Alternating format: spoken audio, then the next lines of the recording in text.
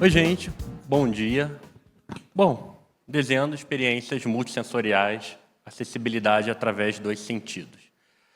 Pode ser meio estranho, estamos falando de design, né, acessibilidade, mas num tema multissensorial, vamos falar de sentidos, percepções. Cara, eu estou ansioso pra cacete, já falando. Será que alguém pensou nesse controle num momento de ansiedade com várias pessoas olhando? Será que isso foi levado em consideração na hora de construir o produto, construir toda a necessidade por ele? Talvez sim, talvez não, não sei. Pode ser que sim. É muito nessa ideia que eu vou estar conversando aqui com vocês hoje. Bom, sou Vitor Davi, sou designer, especialista em acessibilidade digital, fundador da comunidade Jovens UX UI, membro da Comissão de Estudos de Acessibilidade da ABNT, participei ali da NBR 17225, voluntário no Movimento Web para Todos e atualmente focado em projetos de acessibilidade no Design System da Bradesco Seguros. Aqui também tem as minhas redes, meu LinkedIn, Vitor Davi, meu Instagram, vitor.p.davi, e meu Medium, Vitor Davi, que vira e mexe, eu vou lá perturbar o Frota, mandando alguns arquivos de acessibilidade. Bom, sou um homem de pele morena, cabelo curto de cor escura, barba curta de cor escura. Estou utilizando uma camisa de botão preta, embaixo uma camiseta azul marinho, uma calça preta e um tênis preto. E meu sinal em libras é esse aqui, como se estivesse sorrindo com um semicírculo. Bom, começando um pouco também dessa conversa, até para desmistificar e trazer a forma que eu gosto de trabalhar a acessibilidade. O que seria acessibilidade para vocês? Cumprir normas, requisitos, WCAG, lei? Talvez. Eu prefiro trabalhar que a acessibilidade está muito numa ideia da qualidade do que é acessível, né? Poder facilitar o acesso, trazer sentido e objetivo de uma forma simples e fácil, independente do contexto. Pode ser no aplicativo, no site, comunicação. Então, várias formas que a gente pode trabalhar a acessibilidade sem só falar de lei. E aí, muito se ligando diretamente ao tema. E, inclusive, a palestra anterior já me gerou uma pressão gigantesca, porque eu acho que o sentido da sequência foi muito boa dessas palestras. Fez muito sentido a palestra anterior, foi muito boa, eu gostei pra caramba, queria ter acompanhado de uma forma mais calma, não deu, mas, enfim.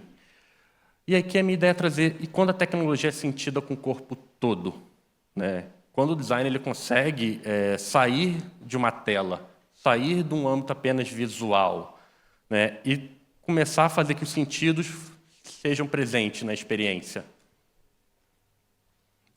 E aí é isso, a maioria das experiências que é feita, é pensada, é só algo visual, é só uma tela de um aplicativo, de um site.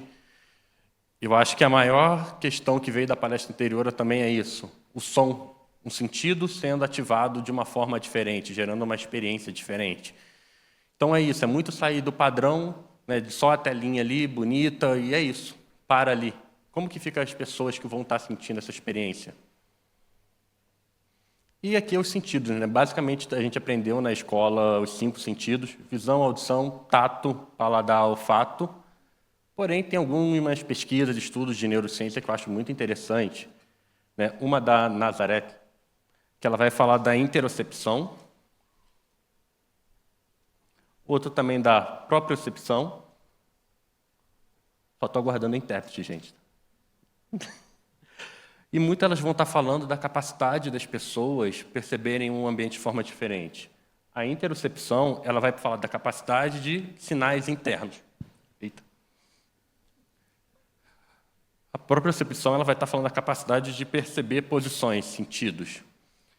E da Jack, ela vai trazer muito o corpo e a propriocepção. Isso, ambas as pesquisas, ambos os estudos, elas expandem o que sentimos, os nossos sentidos. Então, por exemplo, da Jack tem aqui prazer, dor, desejo, equilíbrio. Poderia acrescentar ansiedade com esse controle? Então, já pararam para pensar, dependendo do contexto do aplicativo, a pessoa entrando em contato porque quase sofreu um assalto e precisa fazer um relato no aplicativo, ela está com ansiedade, medo, raiva, angústia. Será como que essa extensão de tela vai interagir com essa pessoa? Então, aqui são alguns termos, pesquisas que valem muita expansão, principalmente de nós, como profissionais de uma área que está falando de experiência. Estamos falando de empatia ou só uma simpatia ali da pessoa? E aí, seguindo muito nessa linha, é pensar, o ser humano ele vai estar sentindo muito mais, né? E a acessibilidade sensorial ela pode ir muito além de quebrar barreiras e ampliar caminhos, ampliar percepções, ampliar relações que os produtos criam. E aqui já tem, por exemplo, uma tabela que eu trago. Algumas questões de deficiência, então, visual, auditiva, motora e cognitiva, do lado que é afetado. Então, da visual, o que afeta a visão. Auditiva, audição, mobilidade, mobilidade como um todo, a motora, mobilidade, cognitiva, estímulos sensoriais como um todo. E aí, alternativas. Da visual, a gente tem o som e tato. E aí, quando a gente começa a pensar nessa solução do som e tato, a gente pode estar falando do braille, é uma forma tátil.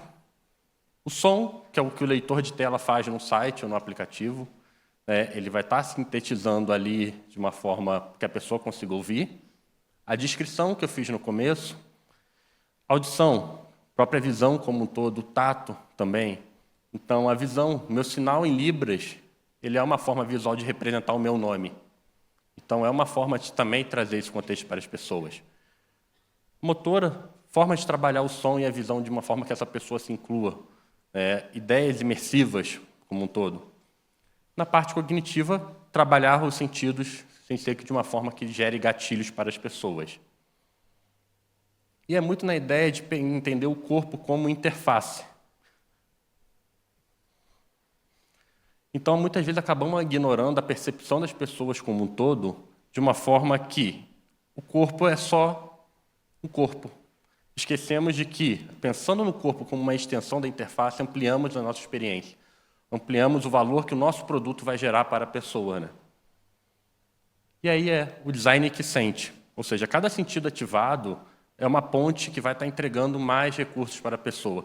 Desde um recurso para deixar ela confortável, ou de um recurso para fidelizar essa pessoa dentro do seu produto. E aí, mantendo também um pouco nessa questão das teorias e tudo, tem a teoria da integração sensorial, do Jane Arias, de 1960. O estudo dele é muito bom, que ele vai estar falando muito da forma que as pessoas vão estar organizando os sentidos, a forma que essas pessoas vão entender os sentidos. E aí ele traz que uma boa integração sensorial, basicamente, contribui com aprendizados.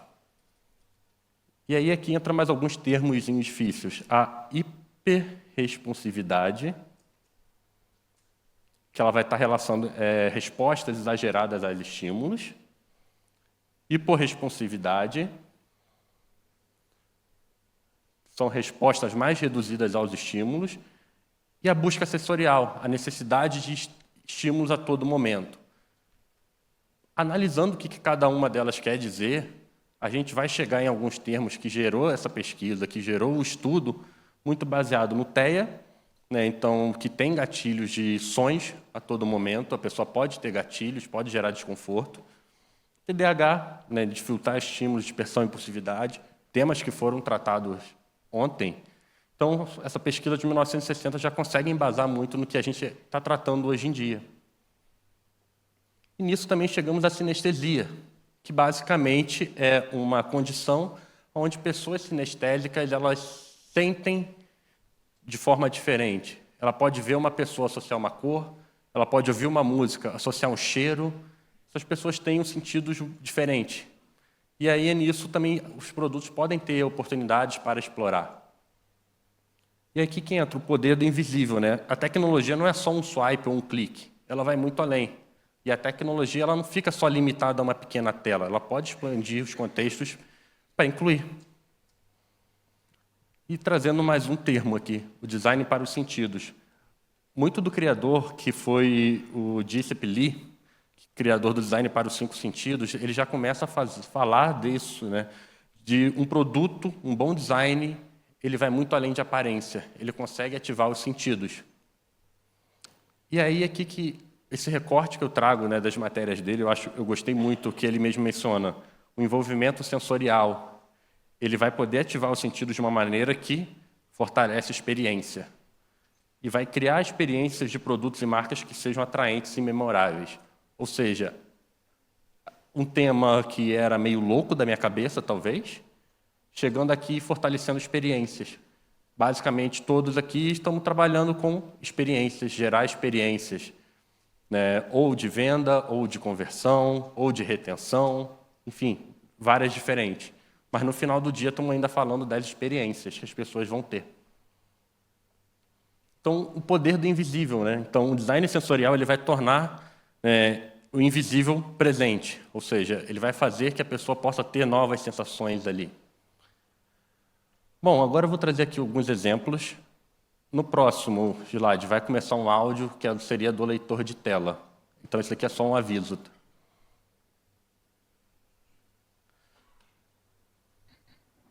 Tirar foto automática do seu rosto com a câmera frontal. Título: Incline o rosto para baixo. Incline o rosto para baixo. Próximo à borda esquerda. Incline o rosto para baixo. Muito dessa ideia que eu pude participar desse projeto da Bradesco Seguros junto da Idwall foi tornar uma validação facial acessível. Quando a gente começou esse projeto, foi muito pensar como que uma pessoa que não pode ver pode fazer uma ação puramente visual, que é uma validação facial. Então, foi muito nessa premissa de entender como que é a percepção dessa pessoa, os sentidos dessa pessoa, para começar a atuar dentro desse projeto. E ali está a frase do Luan, que foi o QA do projeto, com cegueira total, onde ele conseguiu, de uma forma autônoma, fazer essa validação. Como deficiente visual, me senti totalmente acolhido e respeitado, me permitindo utilizar uma função que, em muitos casos, poderia se tornar uma barreira intransponível. Foi isso, muito sentar e pensar como que são os sentidos dessa pessoa, como a gente pode melhorar e trabalhar para isso.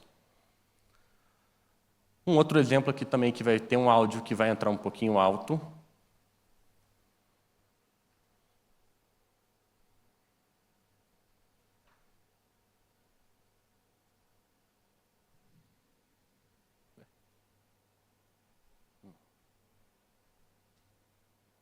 Acho que ela não quer.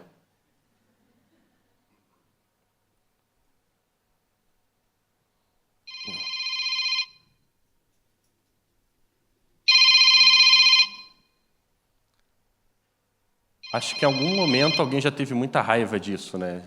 O celular ligando quando não deveria. Mas já pararam para pensar que quando alguém recebe uma ligação, vocês recebem visualmente a tela muda, tem o feedback sonoro, tem um feedback tátil, que o celular está vibrando. Cada um pode escolher a música que quer para gerar o conforto.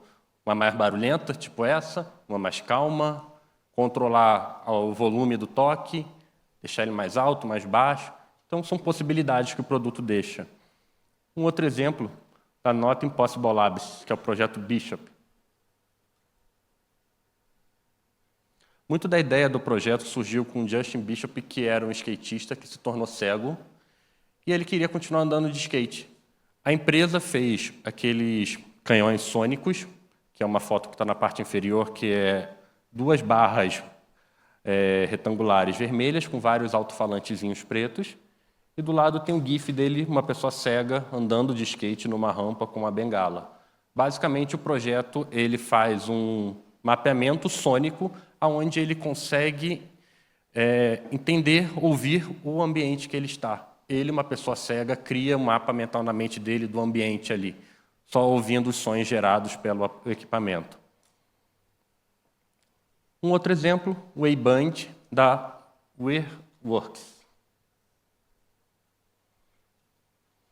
Basicamente, é uma pulseira como um smartwatch, tipo que eu estou utilizando, vários de vocês utilizam, onde ela consegue mapear o ambiente e uma pessoa cega consegue andar sabendo se está perto de uma parede ou de algum obstáculo ou não.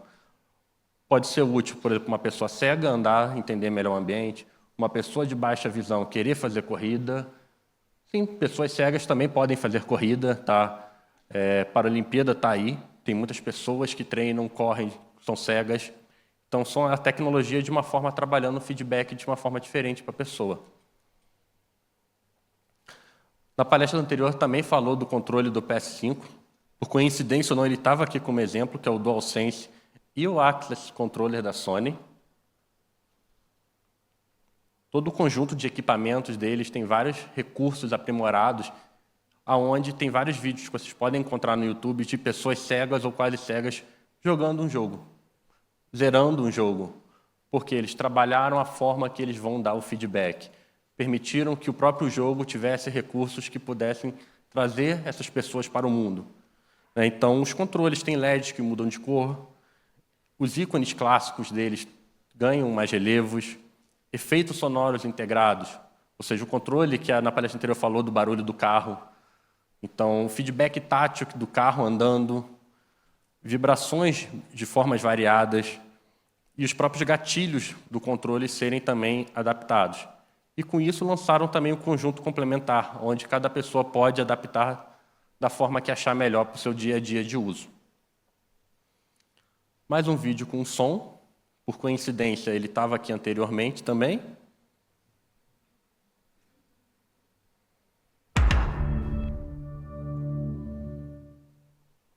Curiosamente ou não, o Tudum virou até um evento da Netflix. E estamos falando de um som que virou uma parte da marca. Todo mundo começou a lembrar. E aí virou só um evento da Netflix, só. Onde tem grandes anúncios de séries, filmes, lançamentos.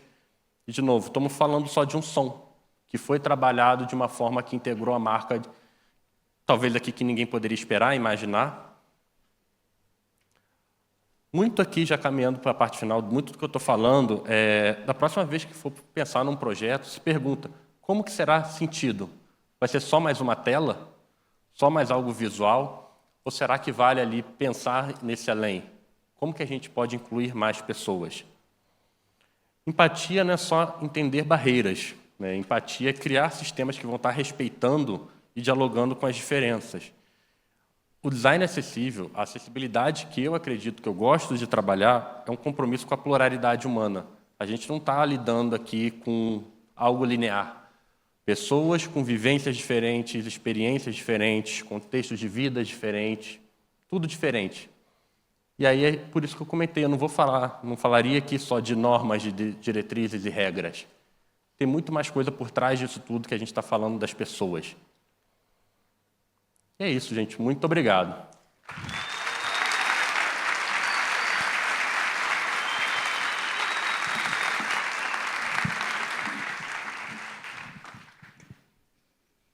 Cheguei. Vamos conversar. E aí, gente? Para começar essa conversa, enquanto o povo anima aqui, ó, que tá todo mundo meio assim, ó. Depois dessa conversa, o que eu vou falar? Você trouxe o corpo como tela.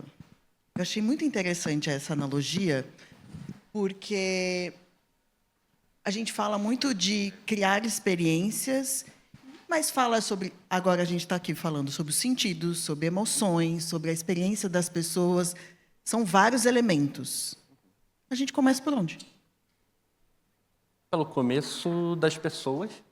A gente vai começar por pessoas, vai estar falando de pessoas, entender pessoas. E aí, muito pensando até do que já foi comentado ontem, né? Do porquê começar uma gamificação, talvez. Objetivo. É sempre importante ter um objetivo, saber por que quer começar, não é fazer por fazer. Entender. No exemplo que eu usei da Idwall, começar por um sentido, porque a gente já está falando de várias percepções, então entender individualmente como cada percepção funciona, como que é cada barreira, o que a gente consegue trazer de recursos a mais, e aí seguir com o normal de planejamento, né? Então, depois que a gente entendeu, protótipo, teste, acaba não sendo uma regra mágica como um todo, mas é um passo a passo que eu gosto de dizer, muito botar pessoas no foco e começar a pensar realmente cada etapa como vai ser a interação das pessoas, como que uma pessoa vai estar sentindo, o que esse sentimento vai envolver no meu produto, o que vai envolver na tecnologia, para ir crescendo e virando o normal de um projeto. Gente, eu adoraria ouvir vocês que querem participar aqui no palco sobre como vocês têm olhado para esse foco em pessoas. Isso vai ajudar bastante a gente a enriquecer essa discussão. Carol, por favor, se autodescreva, faça a sua pergunta. Olá, bom dia. Meu nome é Carolina. Eu sou uma mulher branca com muitas tatuagens, estou com um vestido preto, tenho cabelo castanho cacheado com mechas roxas. Confesso que a minha pergunta está um pouco nebulosa na minha cabeça, porque eu achei a palestra incrível, eu queria fazer muitas perguntas. Mas, quando você falou sobre o controle no começo, sobre a pessoa estar querendo manusear o controle, ela está ansiosa, eu pensei sobre como a gente consegue fazer interfaces que diminuam a ansiedade das pessoas, né? E eu comecei a pensar em como muitas coisas a gente consegue tornar acessível para todo mundo. E sabe aquela questão do desenho universal, de acessibilidade para todos? Eu acho que isso acaba sendo um pouco utópico às vezes. E eu queria saber a sua visão em relação a isso, tipo, até que ponto a gente consegue tornar tudo acessível para muitas pessoas e até que ponto a gente precisa separar um pouco, tipo, se você tiver uma deficiência X, clique aqui para conseguir acessibilidade. Então, pera, vamos separar a sua pergunta primeiro. Você tem os 3 elementos numa pergunta só. Então, primeiro você falou sobre construir soluções que geram ansiedade. Depois você falou como tornar as experiências acessíveis a todas as pessoas e como fazer isso, qual é o limite. Isso, mas eu acho que o primeiro e o segundo são a mesma coisa, assim. Tá. A resposta. Vindo de trás para frente da sua pergunta, é o exemplo do celular. Realmente, o barulho de um toque ele pode gerar muitos gatilhos. Por isso, o celular permite você ter um vibrador ali, por exemplo, VibraCal. Não ter som, já que isso te gera um gatilho. Você pode integrar, por exemplo, paralelamente com um smartwatch. Ou seja, você só sentir a parte vibratória ali. Ou você pode trocar o som. Então, realmente é complexo quando a gente pensa na acessibilidade como um guia de requisitos da WCAG de 86 critérios. Mas quando a gente começa a pensar em pessoas, a gente vai gerando versões de uma forma que uma vai se complementando, deixando a pessoa ali fazer o que ela quer. Ou seja, pode vibrar ou não, pode tocar ou não. Mas eu quero que toque alto, beleza, toque baixo, quero um som mais suave. Então, eu posso trabalhar com recursos que vai complementar o produto de formas diferentes. Foi? E aí, da sua primeira parte, de lidar com a ansiedade, né? Tem a questão, por exemplo, da palestra anterior. Eu acho que ali foi uma ótima aula dessa questão de ter aplicativos, recursos que possam gerar paz. E aí, realmente, é muito pessoal a paz. Conforme que foi comentado, a pessoa só quer acender o cigarro de maconha e ouvir o rock. A paz é subjetiva. E aí é eu deixar que essa pessoa possa criar a própria paz. Eu gostaria de complementar com um ponto sobre desenho universal. Vocês sabem o que é desenho universal? Todo mundo sabe aqui? Sim? Não? Não, tá. Desenho universal, rapidinho. Desenho universal nasceu na arquitetura como uma diretriz para construir soluções para o maior número de pessoas. Maior número de pessoas não são todas as pessoas. 99% tem aquele 1% vagabundo que sempre fica de fora. E aí ele considera como um horizonte, porque a humanidade ela é plural por definição. Então, não vai existir um dia que a gente conheça todas as diferenças humanas. Então, ele pode parecer utopia, mas porque ele é um lugar de horizonte, é para a gente caminhar. Então, ele define algumas diretrizes e a nossa compreensão do que é uma experiência para a maior parte das pessoas, o que é reduzir essas barreiras, vai depender da nossa interação social. A forma como a gente se relaciona vai mudando ao longo do tempo. Então, por isso que ele traz princípios e não regras. E aí, quando a gente tem as normas técnicas, elas são referências de como cumprir esses princípios. Beleza? Então, por isso Perfeito. que ele fica utópico. Maravilha, muito obrigada, viu? Próxima pergunta. Bom dia. Oi, Davi, tudo bem? Eu sou o Vini, eu sou um homem branco, eu estou vestido com uma calça bege, um tênis vermelho, uma blusa azul marinho, um casaco preto, tenho cabelo preto, encaracolado, estou usando um óculos fininho, de grau. Enfim, vamos para a pergunta. Você mostrou nos seus slides, né, aquele fluxo, né, de validação biométrica, né, de reconhecimento facial, utilizando, né, o feedback auditivo para que a pessoa se ajuste ali no enquadramento, no gabarito. E aí eu queria saber, assim, na etapa ali de validação, de testagem, se vocês testaram isso com outros usuários, além do QA, né? E quais que foram os principais insights, as principais descobertas para que vocês chegassem e indo refinando ali aquele método de validação e de uma forma mais acessível. Eu acho que a parte mais complexa, quando a gente fala de trabalhar para acessibilidade, é entender que as pessoas não são especialistas na própria tecnologia assistiva. Então, entra muito no que foi comentado da diversidade, né? Entender que como eu posso tornar isso simples, como eu posso tornar essa ação de acessibilidade acessível. Porque eu posso pensar num recurso muito específico que vai funcionar, só que a pessoa necessita ser um QA, necessita ser uma pessoa focada em análises de acessibilidade.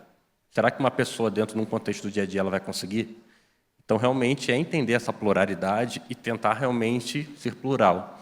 Há um tempo atrás, eu mandei um artigo para o UX Collect falando dos 5 testes, né, que o Nielsen traz.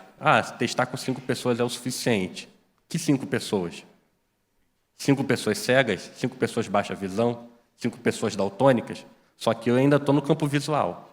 Então, tentar ter essa diversidade vai trazer sempre ideias diferentes, contextos diferentes, e realmente ir melhorando. Eu acho que a solução, quando saiu ali, ela não saiu com uma forma final. A ideia da solução é ela sempre melhorar e buscar, tanto por legislação, tanto por pessoas, evoluir. Então, sempre ter aquela ideia realmente do ciclo contínuo e estar melhorando, porque acessível 100% nunca vai estar. Vai estar acessável a todos os momentos e sempre buscando tornar o mais complexa e completa possível. Tem uma coisa que você falou na sua palestra sobre identificação de barreiras. E tem um elemento que é bem importante, que é para não cair numa armadilha da gente olhar para o diagnóstico das pessoas. E aí entender a interação que elas têm com as soluções e com a vida em sociedade. Então, para isso, a gente olha para as barreiras. Então, quando a gente fala sobre barreira de compreensão, por exemplo, pode ser uma pessoa que tem dificuldade em entender português, pode ser uma pessoa que tem dislexia, pode ser uma pessoa que seja imigrante, pode ser uma pessoa surda, pode... A gente está falando da compreensão do português. Então, a gente está falando de uma barreira. E esta barreira, diferentes particularidades podem interagir com ela. Então, quando a gente entende quais são as barreiras que a gente está tentando reduzir, fica mais fácil de mapear e testar, como ele trouxe aqui. O que você quer testar? Então, essas 5 pessoas vão te ajudar a testar sobre qual barreira você quer reduzir. Entende? Obrigado pela sua pergunta. Obrigado, licença. Bom dia, eu sou Juliana. Eu vou sentar aqui porque ele pediu. Bom, me autodescrevendo, eu sou uma mulher parda, de cabelos cacheados avermelhados. Eu estou com 2 cachinhos hoje na frente do rosto, porque ele está semi-preso. Eu estou usando uma jaqueta e calças pretas, uma blusa verde e alguns colares prata. A minha pergunta também é falando um pouquinho da fase de testes. Ontem a gente falou um pouquinho sobre IA e eu queria saber se vocês já têm usado algumas ferramentas para ajudar nessa fase de testes. Se não, ou se sim, quais o que você poderia falar sobre o que seria de avanço, mas também talvez retrocesso, uma vez, né, que a IA ela não é uma pessoa com deficiência. Depende da forma que usa. Acaba não sendo uma regra mágica. Tem, por exemplo, teste que as pessoas cegas fizeram usando o GPT, onde ele está reconhecendo e lendo o ambiente. Então, o famoso antigo Google Glass, tem estudos hoje para poder usar ele integrado com o IA, onde ele vai estar passando feedback para a pessoa cega ali, entendendo o ambiente, placas, obstruções no caminho. Então, tem recursos com a IA para fazer esse tipo de exploração. No teste, vai muito daquela questão da própria uso de dados e tudo. Então, assim, volta naquela ideia do bom senso, no uso da IA como um todo. Eu acho que a IA é realmente um recurso muito bom que vai ajudar a acessibilidade em várias formas. Ainda tem a barreira humana, compreensão humana, entender pessoas, mas também tem formas de fazer esse apoio, como comentei do óculos, onde ele vai estar trazendo uma transcrição do ambiente para a pessoa. Como que uma pessoa cega ela pode escolher a cor da roupa dela? A IA já consegue fazer essa compreensão. Então, todos esses recursos eles vão estar se complementando e com objetivos em locais e formas diferentes. Entendi, obrigada. Tá? Prazer, meu nome é Mayumi. Eu sou uma mulher amarela, eu tenho cabelo curto, tá com penteado meio como um desenho animado, estou vestindo calça jeans e blusa preta. Eu acredito que muito da nossa dificuldade de pensar em acessibilidade na hora de construir um produto vem da falta de exemplos que a gente tem no nosso dia a dia e até mesmo na nossa educação. E aí, até pensando em acessibilidade nos 5 sentidos, quando a gente pensa em educação, a gente tem aquele formato padrão, né, de professor vai lá, desenha ou escreve na lousa e tal. Como que a gente poderia trabalhar os 5 sentidos, pensando também na diversidade de pessoas dentro da educação, para trazer isso um pouco mais para a nossa realidade? Voltando à compreensão de pessoas, me lembra muito da palestra de ontem da Dora, onde ela comentou que percebeu que uma aluna tinha uma determinada barreira ali, acho que era TDAH, não lembro, e ela simplesmente chamou a pessoa para fazer. Eu acho que entender a pluralidade, buscar formas de estar trabalhando individualmente ou em grupo, buscar como que as pessoas se integrem, acaba favorecendo esse aprendizado, entendendo a compreensão também do contexto individual, né? Então, vale ali pensar em um grupo de estudo, mas também uma atitude individualizada. Poxa, será que uma pessoa ela é surda? Eu consigo trabalhar o som com ela de uma forma diferente? E aí, a partir disso, desse MVP funcionando, você pode ir expandindo esses contextos. Mas aí também vale entender o objetivo e o foco. Trabalhar os 5 sentidos de uma única vez vai ser um negócio muito surreal. É muito trabalho para um time só, já que, principalmente, vai aparecer muitas barreiras novas e muitas compreensões novas. Então, vale esse mapeamento individual, entender, beleza, na minha escola tem 10 alunos cegos, 20 alunos cegos. Pô, eles são a maioria. Vamos trazer esse foco hoje, visando, beleza, vamos ter esse primeiro teste aqui de estudo para depois começar a evoluir. Até para também se tornar uma ação mais escalável. E aí a acessibilidade não virar um gargalo ali onde vai focar em tudo e nada ao mesmo tempo. Eu vou dar uma... Desculpa, gente, é que ele fala de um negócio que eu gosto muito. Desenho universal para aprendizagem pode te ajudar com isso também, que tem tudo a ver com o que você trouxe. Porque o desenho universal para aprendizagem, ele fala dessa multiplicidade de sentidos para aprender. A gente tem 3 princípios para a aprendizagem. Primeiro, múltiplas formas de representação. Então, a gente tem que apresentar de diferentes formas, em diferentes linguagens, como você trouxe, som, imagem e tudo mais. A gente precisa de múltiplas formas de demonstrar a aprendizagem. Então, algumas pessoas é por escrito, outras falando, outras demonstrando, e etc. E eixos de interesse. A gente só aprende aquilo que a gente se interessa. O que a gente não gosta, a gente faz o quê? Se engana e ignora. Então, o desenho universal para a aprendizagem também considera esse interesse para a aprendizagem. Então, quando ele fala sobre essa multiplicidade de sentidos, todos eles acionam diferentes áreas do cérebro e, por isso, aumenta a aprendizagem. Então, se você pensar nesses 3 lugares, já vai te ajudar a aumentar a aprendizagem e a apreensão de informações. Bacana, obrigada. Oi, gente, bom dia. Eu sou Viviane, sou uma mulher de pele clara, cabelo castanho meio médio, estou usando óculos, uma blusa de frio roxa, calça preta e tênis branco. Pensando até no Design System, eu queria saber um pouquinho de você, o que você recomenda para quem quer realmente construir um Design System que seja totalmente acessível, que vá além do contraste, focos e algumas normas da WCAG. Você do Design System, você não vai trabalhar sozinha. Eu atuo também no Design System, tem gente aqui do time. Uma coisa que eu entendi, não adianta eu, desculpem a palavra, cagar regra para todo mundo de toda forma. É por isso que eu já comecei falando que eu não gostaria de trabalhar lei ou normativas, mas buscar trabalhar a cultura, melhorar componentes, alinhar com devs, e aí acessibilidade no seu real sentido. Sentar com dev, o que você consegue fazer? Como que está a sua tecnologia? Qual é o limite? Qual que é a barreira que eu posso ter? E aí para você também entender onde você consegue explorar e crescer. Porque não adianta você ter uma ideia genial e ter um impeditivo técnico. E aí pode ser de várias formas. A linguagem pode ter esse limitador, atualização, implementação, enfim, várias coisas. Então, é tornar a acessibilidade acessível no sentido da comunicação interna. Entender como que o dev vai receber, entender como os times vão receber esse componente, entender todo o contexto da empresa para poder realmente implementar. E não só trazer um requisito técnico a mais. Legal, obrigada. Próxima pergunta. Comece se autodescrevendo, por favor. Olá, bom dia. Eu sou Luiz Miguel, sou homem de pele morena, cabelo curto, barba curta. Estou usando uma jaqueta verde, é uma camisa do Iluminado, é uma calça jeans e tênis branco. Integrando um pouco com a última conversa, né, sobre 90% é otimização do que já existe e falta pouco espaço para a imaginação e para a criação. Eu queria saber como ser autêntico no mundo regido por convenções, que não necessariamente são coisas ruins, são coisas que, inclusive, ajudam na compreensão imediata de alguma coisa, uma placa de trânsito, por exemplo. E trabalhando os sentidos. Boa pergunta. Você usou a placa de trânsito, foi para o semáforo, para uma pessoa daltônica. Ele basicamente trabalha em cores.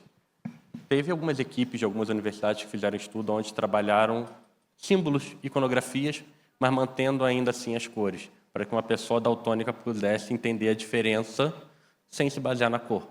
Então, ainda as convenções estão dispostas a mudar. Há pouco tempo mudou o símbolo da acessibilidade, que era representado com uma pessoa cadeirante. E aí trazia a ideia de acessibilidade só para cadeirante. A ONU mudou.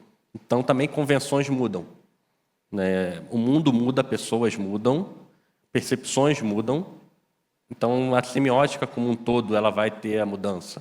A gente pode falar que, da minha época, eu usava o disquetezinho para salvar. Hoje em dia, já é uma nuvem. Então, as convenções vão mudar. E aí, muitas vezes, acaba a gente questionar essa convenção, sendo que faça sentido ou não manter. Ou se eu só estou questionando para querer ser rebelde, né? Então, também tem esse ponto. Então, você sentar ali, analisar, beleza, essa convenção pode mudar, tem que mudar por conta desse contexto. E aí elas acabam realmente mudando conforme a necessidade. Obrigado. Muitas palmas para o Vitor. Conversa ótima.